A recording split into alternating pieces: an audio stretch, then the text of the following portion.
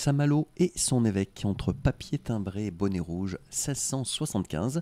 C'est le titre de la prochaine conférence mensuelle de la Chasme au Théâtre Chateaubriand. Ce sera ce lundi à 14h30. Pour en parler, j'accueille le président de la Chasme, Jean-Luc Blaise. Bienvenue derrière ce micro. Merci de me recevoir. C'est un plaisir. Vous savez que je ne suis plus président. Oui, c'est vrai, c'est président. Vice-président délégué. C'est ça, voilà. C'est notre tout à fait ami précis. René Marseille qui préside maintenant. Alors délégué à, justement, alors, je suis à la communication notamment délégué notamment et aux affaires plus larges, c'est-à-dire au niveau de la Bretagne. Très bien. Voilà. Alors le sujet, effectivement, il est dans le titre, hein, Jean-Luc Blaise. Vous allez nous parler effectivement du thème au sens plus large et puis aussi du conférencier. Ah ben, tout à fait, parce que alors, le conférencier est vraiment un grand spécialiste de la question dont il va être question. Il est professeur d'histoire à l'université de Rennes 2, spécialiste de l'histoire de Bretagne à l'époque de Louis XIV et de Louis XV. Il a énormément publié. La révolte du papier timbré en 1675, dont on va reparler tout de suite. Un essai d'histoire événementielle. Et puis, un autre titre, Les bonnets rouges ne sont pas des gilets jaunes. Archéologie des fureurs populaires en Bretagne, qui est paru au PUR, presse universitaire de Rennes, en 2019. Et puis très récemment, 1709, l'année où la Révolution n'a pas éclaté, chez Calypse en 2023. Donc c'est un grand spécialiste, comme d'habitude, que vous invitez à la Chasme. Tout à fait, c'est un excellent orateur. Et voilà ce qu'il nous donne comme piste pour aller l'écouter. En 1675, on est en pleine guerre de Hollande. La France de Louis XIV est frappée par une immense rébellion et beaucoup de secousses. Et ce sont ces rébellions contre l'ancien régime. Et ça va prendre le nom de révolte du papier timbré. Colbert s'inquiète des réactions à ces nouvelles fiscalités. Les ports comme Saint-Malo sont sous étroite surveillance, d'autant que Bordeaux vient de s'enflammer avec force. Alors, de Bordeaux à Quimper, un front intérieur surgit, mais c'est en fait toute une partie de la France qui fait du bruit et qui conteste, de Toulouse à Besançon et de Grenoble à Paris. À la cour, l'inquiétude est réelle car l'état de la récente conquête de la Franche-Comté, en 1674, ne peut masquer les difficultés militaires que la mort de Turenne vient symboliser au cœur de l'été. Donc, tout le monde a en tête que cette conquête de la Franche-Comté, c'est que la France est en bataille contre le duché de Bourgogne qui garde cet endroit. Bref, c'est compliqué. Et on a réussi, la France réussit à récupérer cette région. On craint un débarquement hollandais sur la côte atlantique qui pourrait menacer Rochefort et Brest. Et les autorités vont donc être obligées de réagir avec force et souplesse, particulièrement en Bretagne et en Basse-Bretagne aussi, surtout, parce qu'il y a une nouvelle guerre paysanne qu'on va appeler la révolte des bonnets rouges. Donc on voit bien que c'est le moment où on a cette révolte des papiers timbrés, la révolte des bonnets rouges, ça va devenir compliqué. Alors, malgré une alerte à Saint-Malo, c'est à Rennes que la révolte du papier timbré apparaît en Bretagne. Nantes suivra l'exemple de la capitale de la Bretagne, mais le grand port mauritier des bords de Rance reste calme.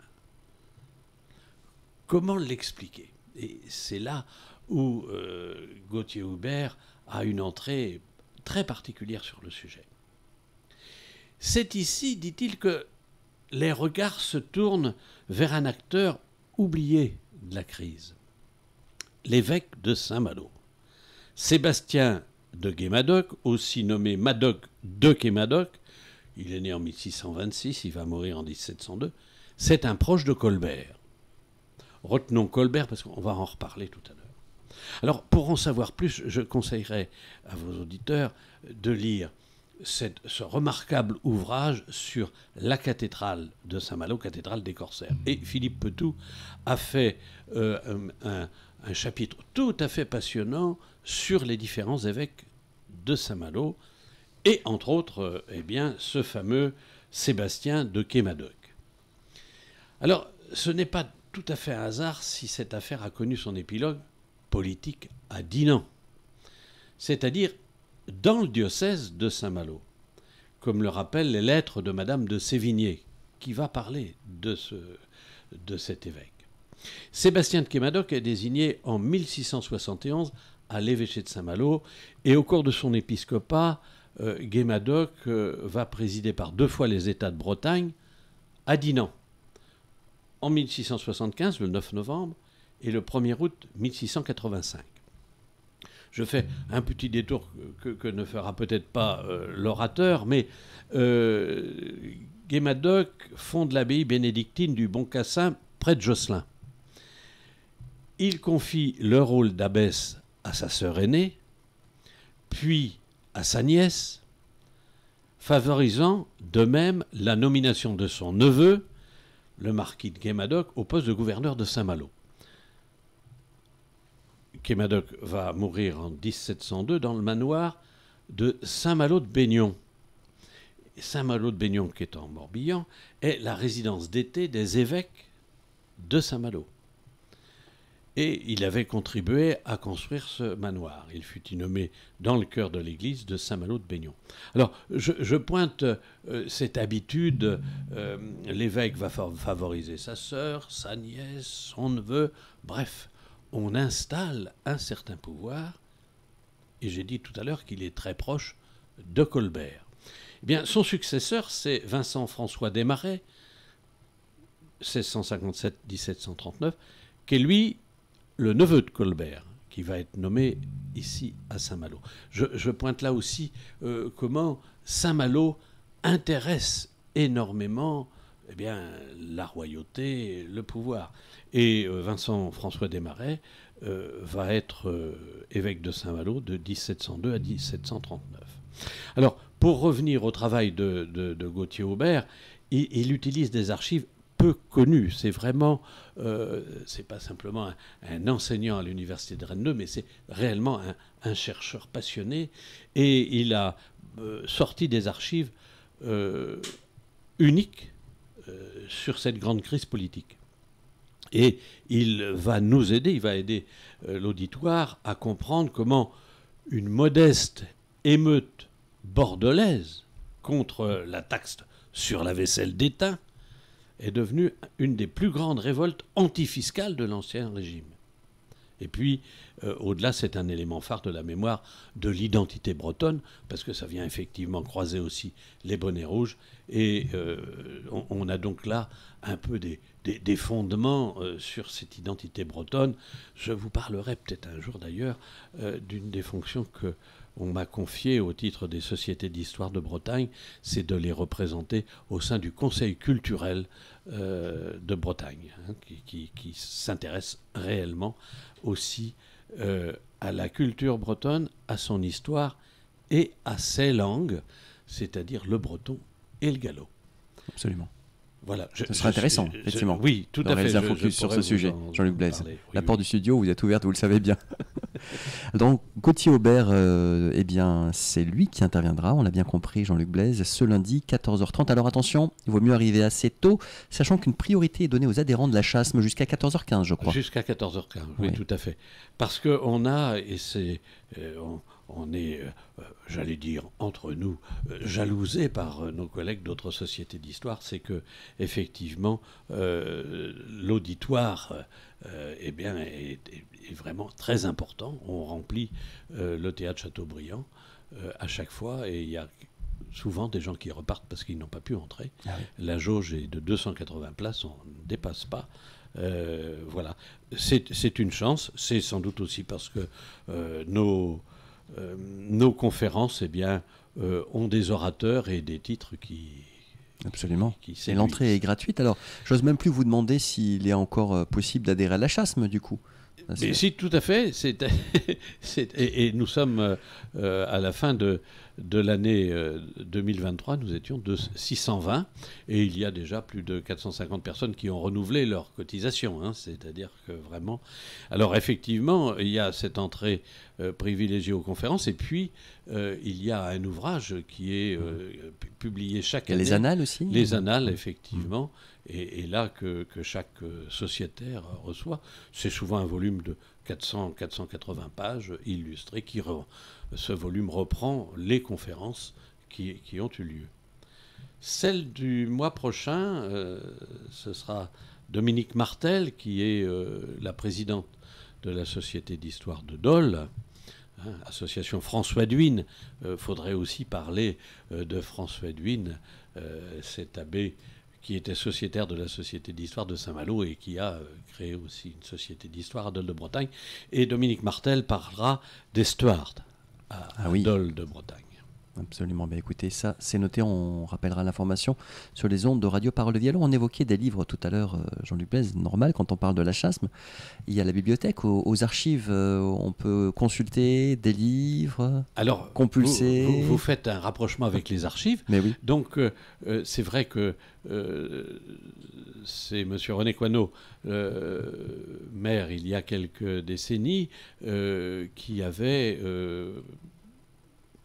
ouvert des locaux pour la chasme, quasiment dans le même bâtiment que les archives municipales, ce qui est vraiment très très bien parce que d'une part il y a une excellente coopération avec l'équipe des archives municipales que dirige Marc Jean, et puis il y a cette proximité entre notre bibliothèque, nos permanences tous les mardis après-midi à partir de 14h jusqu'à 17h, où on va retrouver une multitude de gens. Hein.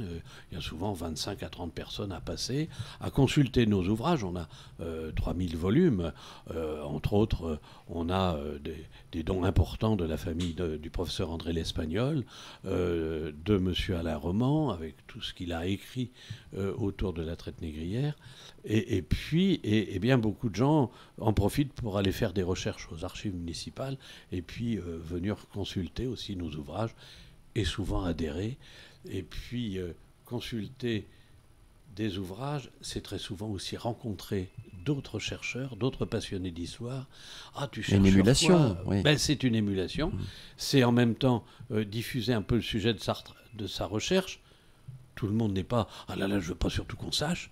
Mais si, mais partage donc, parce que peut-être qu'en cherchant quelque chose pour mes recherches, je vais trouver des choses pour les tiennes. Et c'est plutôt cette dimension du partage, plus que le fait de s'arc-bouter en disant « je garde secret », des fois qu'on viendrait piquer mon sujet. Est-ce que la chasse me prévoit, Jean-Luc Blaise, dans les semaines ou les mois qui viennent, des visites éventuellement à Saint-Malo? Parce que je sais que ça s'est fait à certaines occasions qu'on peut rappeler. Alors, c'est effectivement, ouais. on a démarré... Parce que ça a plu. Ah oui, tout à fait, ouais. Tout à fait. Et ça se refait ponctuellement. Et nous, on est en train de préparer, mais c'est un peu tôt pour vous en parler, quelque chose autour des Journées du patrimoine. Puisque nous avions fait effectivement cette pérégrination historique sur la reconstruction de Saint-Malo, qui a eu énormément de succès, et on l'a refait plusieurs fois. Cette année de libération, la commémoration de la libération de Saint-Malo. Oui, mais 44, 2024, y aura-t-il quelque chose? C'est actuellement... Vous maintenez suspense. Oui, tout à fait.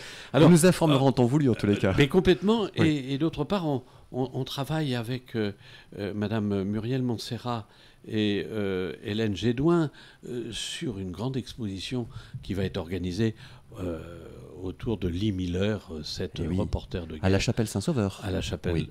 Alors ce ne sera pas la chapelle Saint-Sauveur. Ce sera en l'occurrence chapelle de la Victoire. D'accord. Donc sur l'ancienne école supérieure maritime. Oui. Voilà. Dans le cas de préfiguration du musée, certainement, maritime.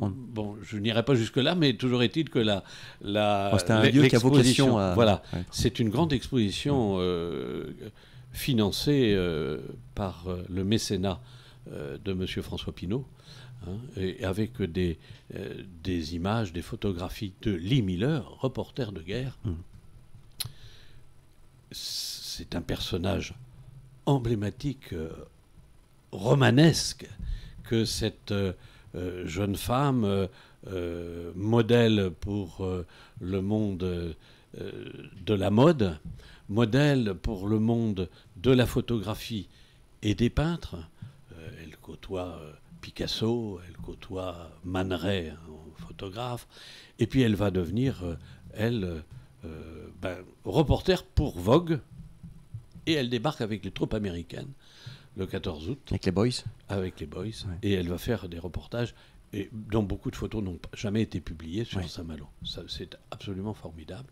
Et puis, elle avait fait un article sur Vogue tout à fait intéressant qui a été retraduit, affiné, enrichi de notes, et les deux commissaires dont je viens de parler sont en train de préparer cette publication, alors très en lien avec la Société d'Histoire.